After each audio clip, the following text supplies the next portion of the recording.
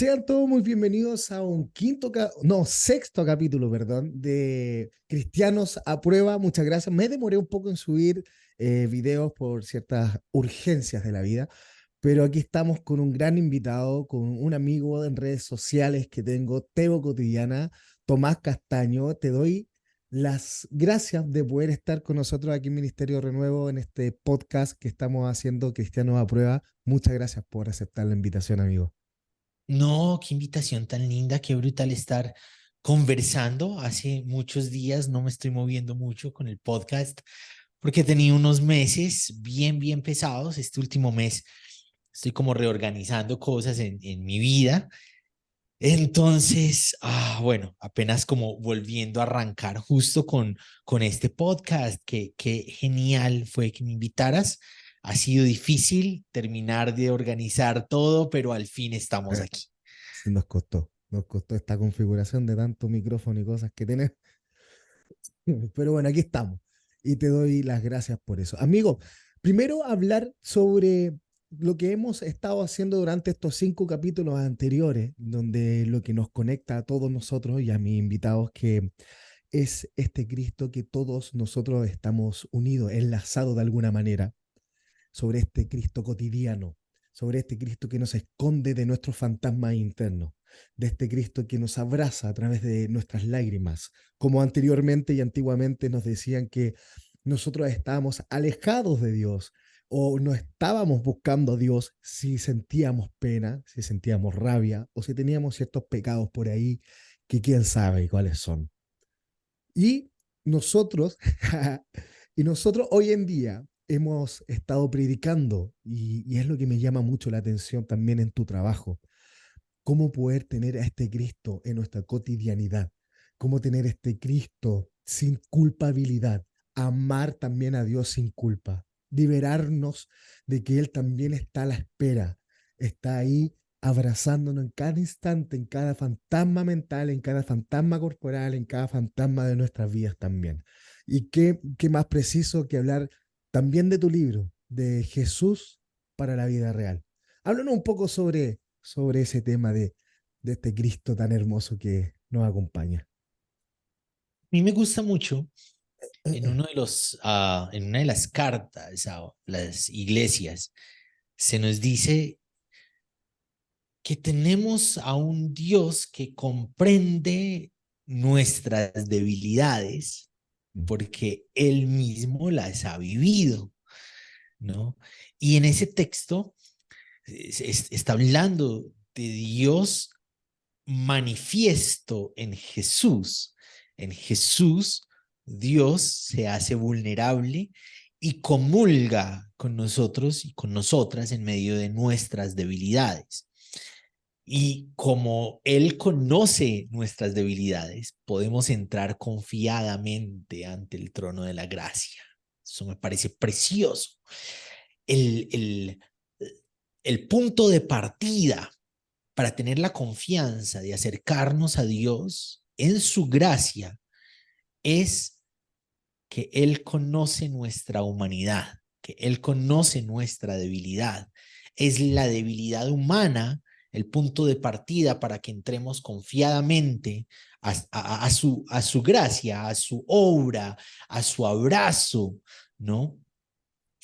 Y creo que se nos olvida mucho porque nosotros empezamos por el revés, ¿no? Sí, La asimilación de que Jesús es Dios con nosotros fue una conclusión a la que llegaron las primeras comunidades como el resultado de un proceso de vivir a Jesús, ¿no? Incluso lo podemos notar en las formas en que se presentan a Dios en las diferentes versiones del Evangelio.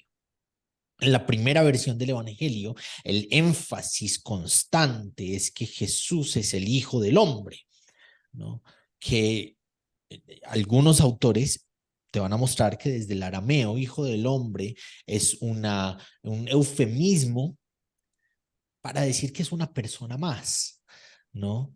Y algunos autores te van a mostrar que ese es el título con el que constantemente Jesús se reconoce.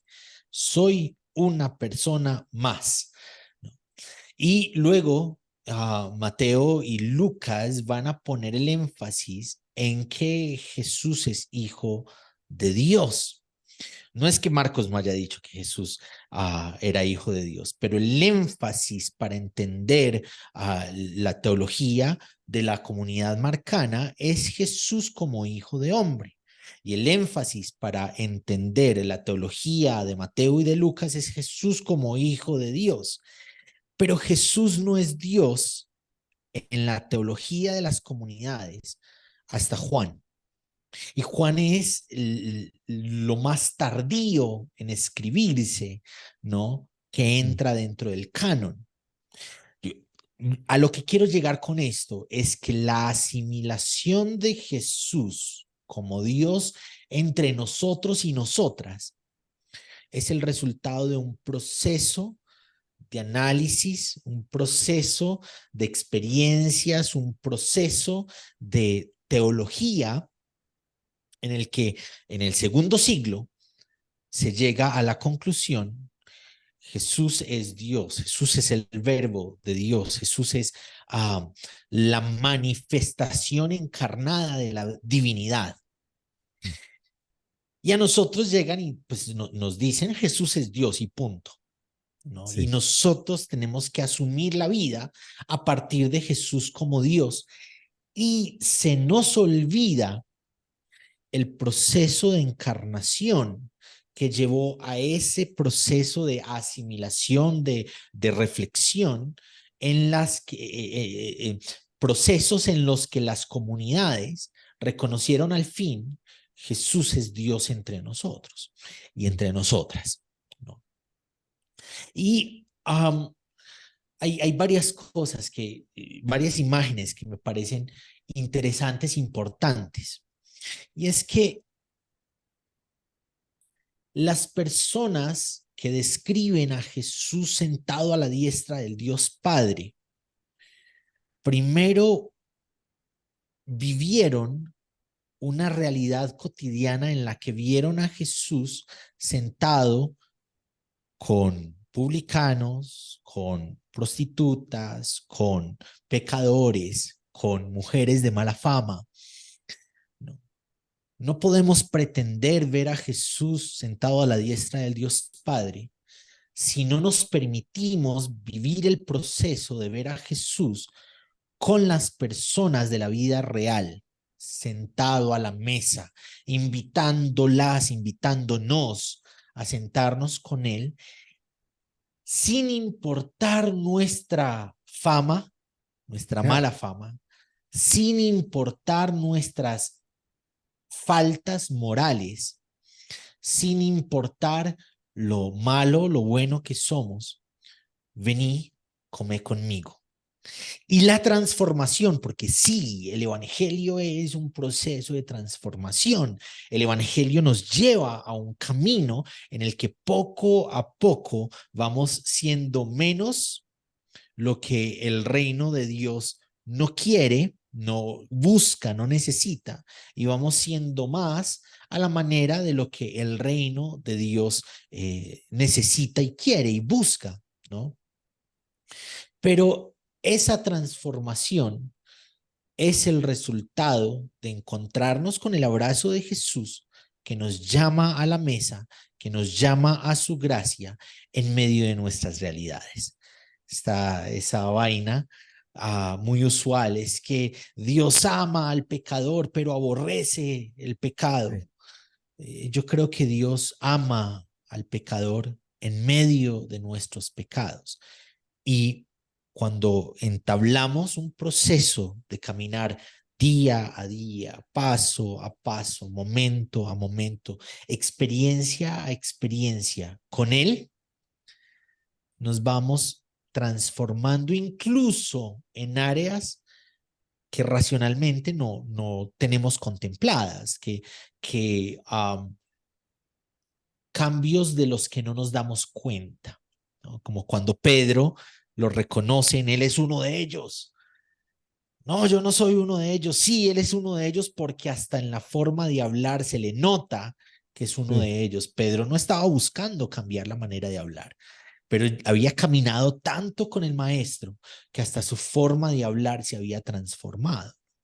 Sí es un proceso de transformación, pero es un proceso de transformación que se va dando en la medida en que aprendemos a caminar con Jesús, ese Jesús que es Dios y se despoja de lo divino para ser humano, que es humano y se despoja de la normalidad humana para ponerse al servicio de las personas y que ese servicio lo lleva hasta las últimas consecuencias. Así como hay una frase que dice que Cristo es camino a nuestra santidad y no la santidad del camino a Cristo.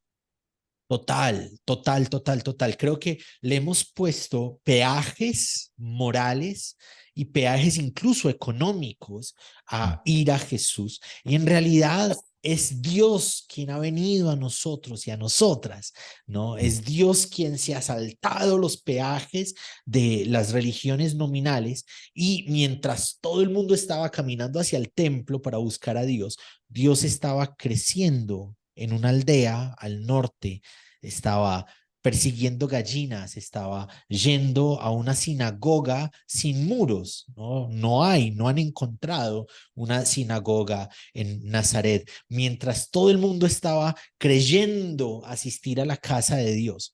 La casa de la plenitud de Dios estaba creciendo en una aldea, en una pequeña familia al norte de Palestina. Sí. Yo lo que creo muchas veces, bueno, una de las preguntas que siempre tengo es por qué nos encanta hacernos el camino más complicado, ponernos más cargas en la mochila. Creemos que debemos hacer muchas cosas antes de tener un encuentro con Cristo. Tenemos que dejar nuestra cotidianidad para poder acercarnos a quien verdaderamente es Cristo. Y mucho tiempo acá en Chile se ha predicado de esa manera.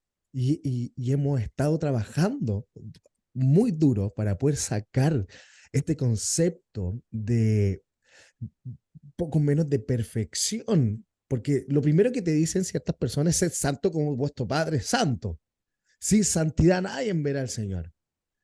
No puedes compartir. Cristo no se puede acercar a personas inmundas. Y hay una teología sobre este camino. Y una de las cosas que nos interesa a nosotros es poder compartir este mensaje como lo estamos haciendo, como te estamos escuchando también.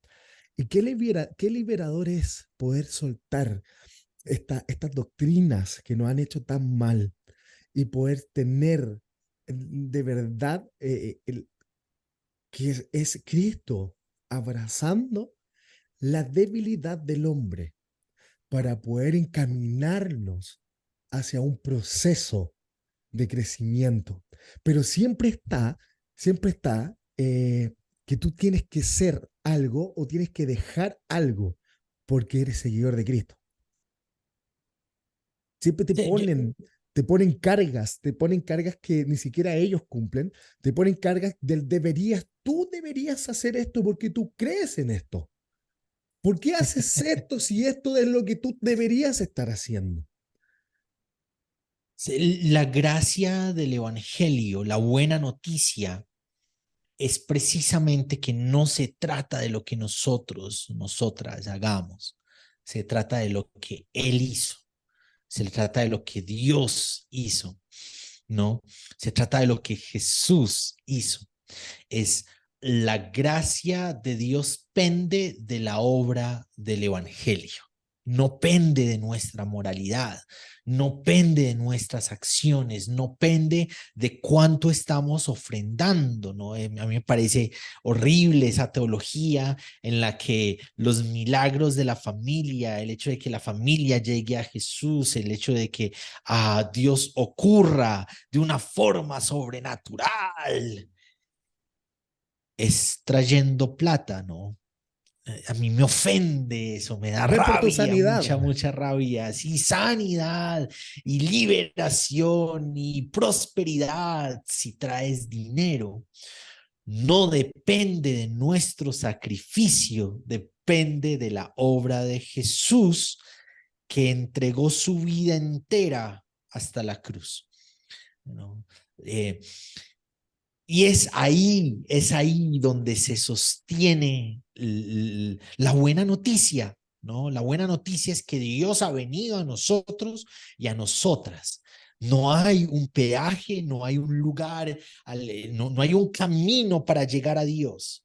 Dios vino, Dios tomó la iniciativa y caminó hacia nosotros y nosotras y vivió nuestra debilidad y vivió nuestra carne, es la encarnación de Dios Jesús. Y en esa encarnación, en ese Dios viviendo nuestras debilidades, en ese Dios llorando en medio de nuestras tristezas, ese Dios que tiene hambre con nosotros, no es de gratis, que ore, danos el pan de cada día, Jesús sabe que es posible que hayan días en que no se pueda comer pan, es, eh, es en esa realidad, en Jesús ocurriendo de la forma en que ocurre, que se sostiene la gracia y el abrazo de Dios para nuestras vidas. Y claro que sí, se nos invita a tomar la cruz y a seguir a Jesús. Y eso no es una invitación pasiva, bonita, es una invitación grotesca. Es que tomar la cruz en la época de Jesús es una de las penas jurídicas de muerte más cruentas, ¿no? Y es el ejemplo de lo que le pasa a la gente si no obedece al imperio, si no obedece al status quo, si no está alineada esa gente con lo que decimos quienes mandamos. Y Jesús sabía que por decir lo que decía y por hacer lo que hacía, lo iba a encontrar esa muerte. Y Jesús le dice a sus discípulos, tomen su cruz y sigan. Es, esa invitación tiene que ver con que los valores del reino de Dios, con que el proyecto del reino de Dios, con que la vida de Jesús estén tan encarnados en nosotros que no nos importe sufrir de la forma tan cruenta, que no nos importe, porque eso es lo más importante. ¿Y cuál fue esa entrega de Jesús que lo llevó a la muerte? La predicación del proyecto del reino de Dios que nos hermana los unos a los otros. Eh, de esto depende toda la ley y los profetas. Cuando se está diciendo esa frasecita poética, la ley y los profetas, o Moisés y Elías en el Nuevo Testamento, se está hablando de la escritura entera. De esto depende la escritura entera, de amarse los unos a los otros, a Dios con el corazón, con la mente y con las fuerzas. Ese es el corazón del reino de Dios y eso fue lo que llevó a Jesús hasta la cruz del Calvario. Incluir a quienes estaban excluidos. Si este fuera profeta, si este sí fuera alguien de verdad importante en la espiritualidad en la que creemos, sabría que esa mujer es una mujer pecadora, es una mujer de mala fama.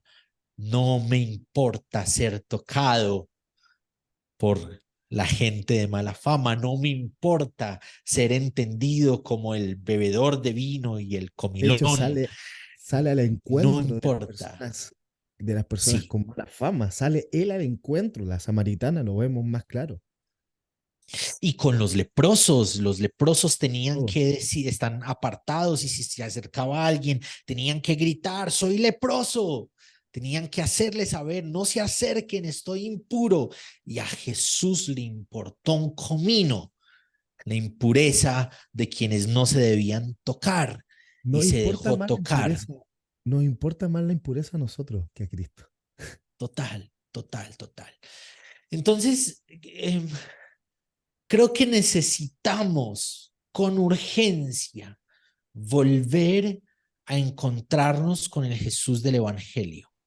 Uno habla de cosas que dice el Evangelio y la gente empieza a gritar como comunista y empieza a decir que uno está a favor de cosas políticas que no deberían ser, porque en la mente de muchos movimientos cristianos, ser cristiano, ser evangélico, es equivalente a ser de derecha y conservador y a ser de la forma nominal en que es el evangelicalismo gringo. Y uno va al evangelio y es ahí donde Jesús nos está enseñando a darle pan al que tiene hambre, a juntarnos con las personas que son rechazadas, a estar cerca de la gente que está apartada porque es impura, a dejarnos tocar por los intocables, ¿no? Y nos hace mucha falta impregnarnos del Jesús del Evangelio, que es increíble cómo el Jesús que se presenta dentro de muchas realidades del establecimiento evangélico es un Jesús Frankenstein, una colcha de retazos de moralidades personales que nada tiene que ver, en nada se parece al Jesús que uno encuentra cuando se sienta a encontrarlo en las versiones del Evangelio. Tenemos muchas personas que se están apartando. Por eso en mi corazón siempre ha estado este apuro de poder predicar a este Jesús. Porque hay mucha gente que se está apartando de este Jesús porque, como decíamos al principio, estamos partiendo al revés. Necesitamos un discurso moralista, necesitamos ciertas condiciones de nuestra vida que debemos dejar para tener un encuentro con el Señor. Y la gente se está alejando, ciertamente porque muchas veces se le pasa, se lo pasa muy mal, porque tiene fantasma. Se quieren acercar a Jesús por sus debilidades, pero muchas veces nos encontramos con un evangelio dentro de las iglesias que sacan a estas personas porque no son dignas de Dios, no son dignas de Cristo, no son dignos de seguir a Cristo. Y a mí mucho tiempo me pasó. Hablándolo personalmente, a mí mucho tiempo se me hizo un Cristo totalmente complicado de poder llegar. Yo muchas veces tiré la toalla en el cristianismo, muchas veces no quise seguir en el camino, porque se me presentaba un Cristo que era totalmente moralista. Era lo que yo creía, pero también era culpa mía porque no buscaba y no leía. Pero qué importante es poder hoy acercar a las personas, que no se sigan alejando, que si se sienten mal, si hay un pecado que les cuesta dejar, si hay pensamientos abusivos de repente en la mente, está bien. Y es esa la debilidad que nos acerca a Cristo. Y gracias a esa debilidad es cuando Cristo nos abraza. Pero empezamos al revés.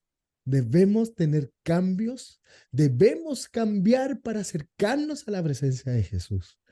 Y eso es lo que me encanta de poder compartir contigo, Tomás, con las personas que nos van a escuchar, eh, de poder decirle a todo el mundo que conozcan a este Cristo bíblico, a este Cristo realmente que es sanador, a este Cristo que se encuentra con nosotros. No el Cristo que está sentado esperando que dejemos de hacer algo, que dejemos de ciertas cosas para poder acercarnos a Él. ¿De dónde salió la idea de este libro, Tomás, que escribiste Jesús para la vida real? Cuéntanos un poquito sobre eso. ¿Qué te llamó la atención hacerlo? Genial, genial. Se ve al revés porque tenemos para Sí. yo poderme ver al derecho, hay que voltear la cámara horizontalmente, pero aquí está. Sí. No, yo, yo empecé a escribir a los 16 años Oh, y me di cuenta que no tenía la más remota idea de lo que estaba diciendo. Por ahí tengo fragmentos de lo que empecé a escribir. Se escucha muy bien, se lee muy bien lo que decía, pero no tenía la más remota idea de lo que estaba diciendo. Creo que es el resultado de años de experiencias, de años de momentos difíciles que me hizo vivir la institucionalidad cristiana. mm, Hago una metáfora, por eso las rosas, ¿no? Ahí en el nombre, hago una metáfora. El cristianismo es la belleza de las rosas, pero también es el dolor de las espinas. Y he vivido ambas cosas. Gracias al cristianismo estoy vivo. El cristianismo a mí me salvó la vida. La iglesia local a la que pertenecía, con su programación de teatro y con su música y con su acogimiento pastoral, me salvaron cuando crecía en un barrio que era muy pobre, muy violento. eh, de los amigos con los que jugábamos en la calle, somos dos quienes estamos vivos aún. Los demás fueron asesinados, ¿no? Eh,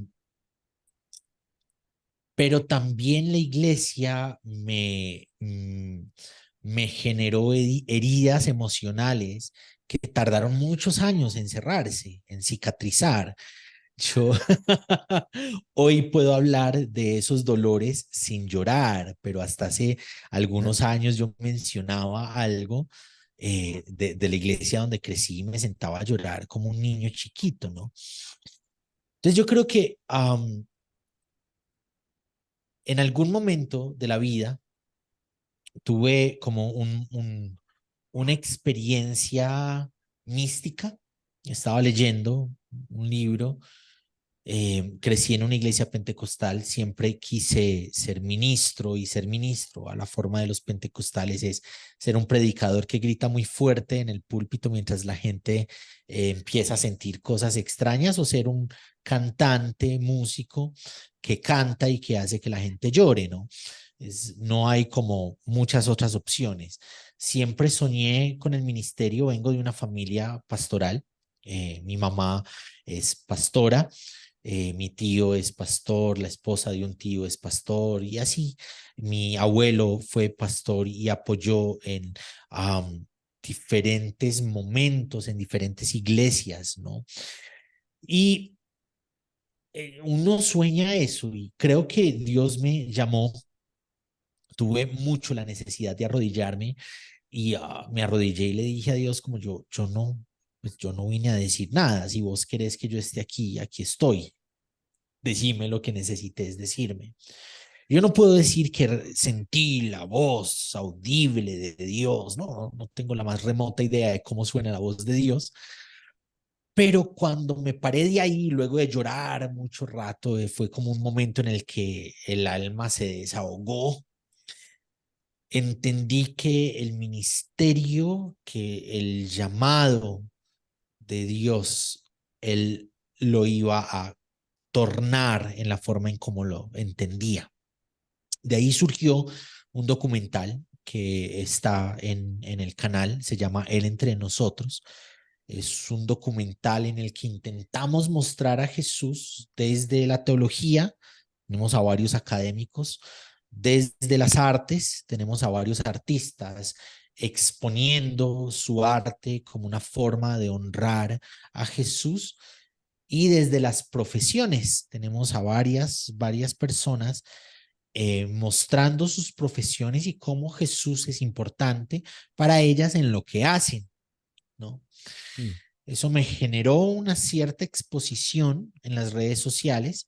Ya no era pues Tomás X persona, era Tomás el que dirigió el documental en Entre Nosotros. Se vio en diferentes lugares, escribieron una crítica. Samuel Lagunas de México escribió una crítica muy bella acerca del documental. Eh, Varias personas que estaban haciendo cosas en las redes acerca de Jesús y de hablar de Jesús y de cuestionar el establecimiento eclesial en las redes, empezaron a seguirme y yo empecé a hacer cosas y bueno, surgió Teo Cotidiana, ¿no? Primero estuvo en Facebook, después fue Instagram, después fue Twitter. El año antepasado, vamos a cumplir 2 años, en agosto, empecé el podcast. Lo, lo, lo procrastiné durante muchos años. Siempre creí que me faltaba algo para empezar, la cámara, no, ya tengo la cámara, el micrófono, ya tengo el micrófono, el brazo que lo sostiene, ya tengo el brazo que lo sostiene, un buen background. Cuando tuve todo, me di cuenta que le estaba huyendo a dificultades internas, a miedos internos, le estaba huyendo a la sensación de no ser capaz de hacerlo, de creer que no tengo algo por decir. Entonces fue un proceso de varios años enfrentando de alguna manera los demonios que no me dejaban comenzar el proyecto, pero desde siempre, cuando pensé que iba a hacer el podcast, desde siempre supe que en algún momento del podcast el contenido me iba a funcionar, me iba a servir para armar el libro, ¿no? Entonces, varios de los podcasts, varios de los episodios del podcast eh, fueron la exteriorización de reflexiones que me han acompañado durante muchos años, de conversaciones que me han acompañado durante muchos años, de críticas también a la iglesia y a la institucionalidad cristiana que me han acompañado durante varios años. Entonces no fue difícil agarrar 20 episodios del podcast, transcribirlos y editarlos para convertirlos en un libro. Y eso es Jesús para la vida real.